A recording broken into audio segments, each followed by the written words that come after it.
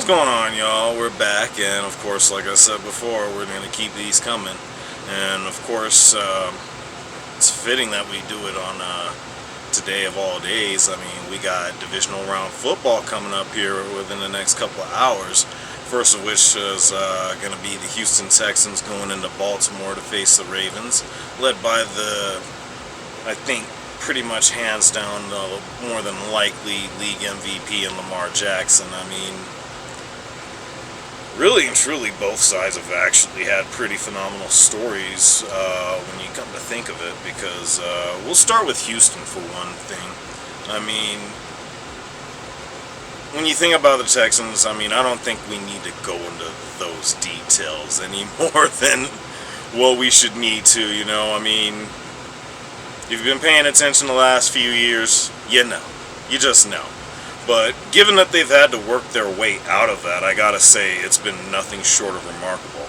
I have to say that when it came to the coaching search last year, you know, if it wasn't gonna be either Jim Harbaugh or, in what wound up being the case, Sean Payton, you know, I was really looking forward to hopefully finding a way to land a DeMeco Ryans, but of course he wanted to go to Houston.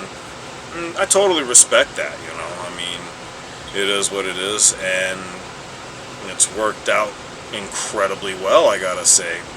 And not even just with what he's done building that defense, but you gotta look at CJ Stroud. I mean, I think hands down he's certainly the front runner for the Rookie of the Year, just like Lamar is hands down going to be the MVP at this point. I know that there were a couple of guys, a running back and a receiver, that I knew that were contending for it. I can't remember the names right now, but I think at this point it's quite clear who's winning these respective awards in terms of offensive Rookie of the Year and then league MVP. But either way, just having said all that, you know, I'd like to think that this is a hell of a matchup. In fact, I think people don't realize how much of a banger this is likely to be. You've got two amazing defenses, you know, and of course, again, CJ just doing his thing. But when you look at Baltimore, I just feel like they have looked better on both sides of the ball than they have since the last time they won a Super Bowl, which they were led by both Ray Lewis and Joe Flacco. And of course, you gotta factor in special teams, which that was significant for a reason. I think the same is the case this year as well, just ask the Rams.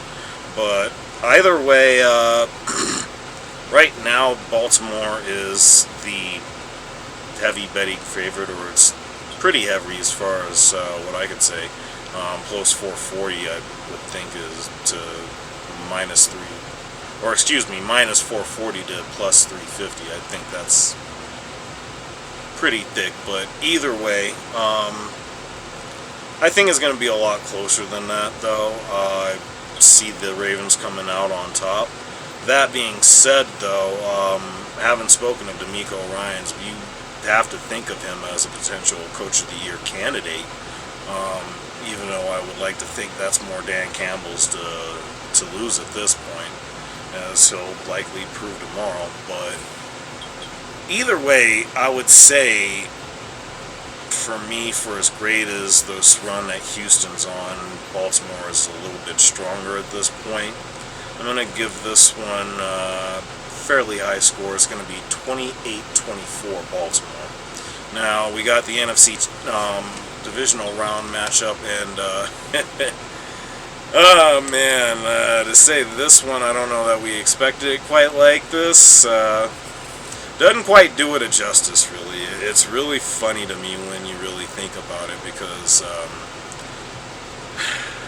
we saw it last week. Let's just be real. Green Bay went into Dallas and just publicly humiliated the Cowboys. I mean, there's just no ifs, ands, or buts about that. I just didn't think that when it got to where it was 14-0, I was like, okay, I mean, Dak's come back from that. I mean, this shouldn't be too much of an issue. For whatever reason, Green Bay seems to be an issue for the Cowboys. It doesn't matter if it's Favre, it doesn't matter if it's Rodgers, because now it's Jordan Love. Apparently he can do that shit too for some reason. I don't know what else to say about it but that. You know, and it's just so wild to me because with everything that Dallas did, from bringing in Stephon Gilmore, although they ended up losing Trayvon Diggs, to having let Ezekiel Elliott go, brought in Brandon Cooks, who honestly I felt like he was going to be a difference maker, but he really didn't do a whole lot of anything. It was more Jake Ferguson. I mean, I almost didn't even see CD out there. I mean, the most I saw of CD were the coaches and people just trying to talk to him. And, I mean, at that point, I'm pretty much at a loss for words, and it's like, good Lord, we're going to have Stephen A. Smith on First Take here on Monday morning, which he was, with the sad Cowboy fans, yet again, which he did. Oh my goodness, man, just... Anyways, I'm not going to talk about that so much. It's just wild thinking about that shit, but because of that, Green Bay is here, and they're headed into Santa Clara against the 49ers, where, man, you would think they should be a strong favorite, but in betting-wise, they're about as strong against Green Bay as Baltimore is against Houston, but I just gotta say it the way that I see it, you know.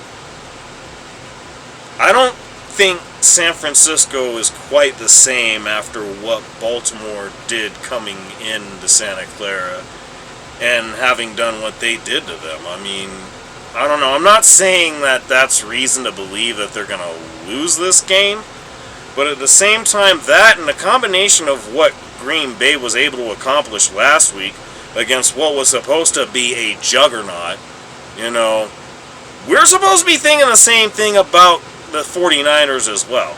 Now, granted, the 49ers actually destroyed the Cowboys back, what was it, week 4 or 5 or whatever it was, but that was back then, though. I mean, the Cowboys actually looked like they had some significant momentum, aside from going into Buffalo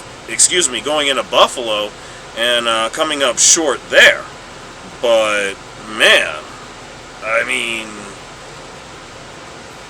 especially given the fact that I watched the Broncos do what they did against them several weeks ago, I mean, it's just hard to believe this is the team that we're seeing right now. But it's going to be really interesting with the 49ers. I mean, I'm going to like to see what they're going to be like. They got a really deep pass rush. If nothing else, the rest of that defense is nothing to sneeze at. Of course, Brock Purdy, I think, is going to want to make a pretty significant showing of himself this time around, especially given the way that he went out against Philadelphia last year. But, you know, this one almost feels like it's anyone's game to some degree. I don't know why I feel like that, but I'm going to go ahead and say that I'm going to go with San Francisco, but not very convincingly, to be honest, the more I think about it. I'm going to go ahead and say San Francisco 35-30 in this one. I want to believe that defense is just going to end up coming through for them. Not to take anything away from the Packers, but I don't know that they're ready for what San Francisco is supposed to be. But we're going to find out here in a matter of hours. I mean, let me know what y'all think about that. Hopefully we get some good games out of this. I'll come back tomorrow with some predictions for tomorrow's games as well. And in the meantime, I appreciate y'all, and I'm out.